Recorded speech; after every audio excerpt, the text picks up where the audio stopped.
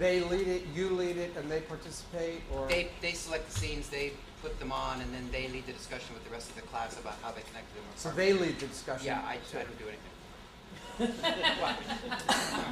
But that's the goal, and actually that's a great segue into my frame for doing this, which is to, as much as possible, have them, I don't want to say cede responsibility, although nowadays it sometimes feels like it's ceding responsibility, but I want them to grasp the responsibility that I think they ought to have to be a partner collectively with me in the course. In other words, the more and more I become a facilitator and they take responsibility for their own learning, the better. And that's hard to do unless you have lots of talking from them in class. I adopt the image in their mental construct that I happen to be just another droning professor, regardless of what I'm doing. I'm an anchor, I'm a talking head. The less I can craft a class and set them up so that they're doing all that, the less they look at me that way, the less they look at each other that way. And the more they take responsibility for their own learning, which is, I suppose, for me, the hidden agenda behind having students speak in class.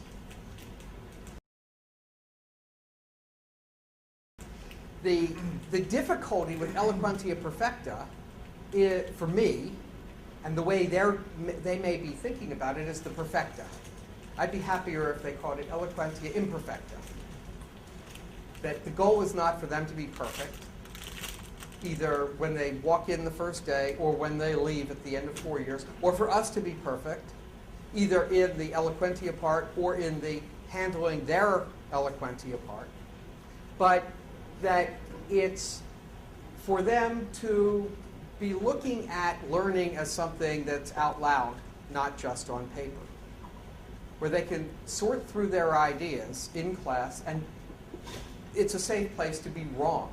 In fact, in some classes, it's better to be wrong because you learn more from making the mistake and discussing it. And the more everybody gets to make mistakes, the more we get to help direct them in helpful ways. And the more they get to hear that everybody's making mistakes, the enterprise of education becomes more than simply learning.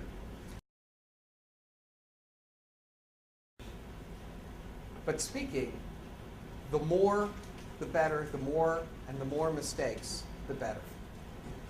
Which also makes it, in a way, a little bit easier for us to evaluate the speaking. First of all, when they're talking, is it intelligent? Is it intelligible? Are they getting it? Are they not getting it, but they're not getting it in a thoughtful way where at the end they are getting it? That's our job. It's not to evaluate, so how was their diction? And did they have great eye contact with everybody in the class? One of the things that you'll discover are the different styles of learning. You'll find pretty quickly that there are people who just get it when it's said out loud, and they don't get it as well when they read it over 3 times. Other people who just can't listen, and it's not that they're not trying, it's that they're much more visual in the way they think. And so if you hand them a paragraph and ask them to read it over, they'll get it much faster than if they hear that several times. Sure, it was somewhere in Emerson, and the way I interpreted it was every student is like a piece in a jigsaw puzzle. And if that student is not if one student is not contributing to the group, you can't complete the puzzle. But the only way a student can contribute to the group is out loud, because just everybody handing papers to us and us going home and grading them, there's no puzzle there. So you'll find students who are quiet because they don't get it, and we find out they don't get it. Other students who are quiet because they're shy or they've never spoken up in class, and we'll discover that too. A bunch of different kinds of activities. And the way I've segmented it here is individual and then partnered and then group and then more faculty directed. One of the keys is the first 10 minutes of the course, because they need to be initiated or indoctrinated or socialized into the idea that this is a different kind of course, that they're going to be expected to be speaking a lot. Part of that is getting them to introduce themselves, introducing yourself, getting lots of talking going. They also need to think about it, even if it's not phrased by us this way, as they're finding their voices, literally as well as figuratively, in this course. They have something to say.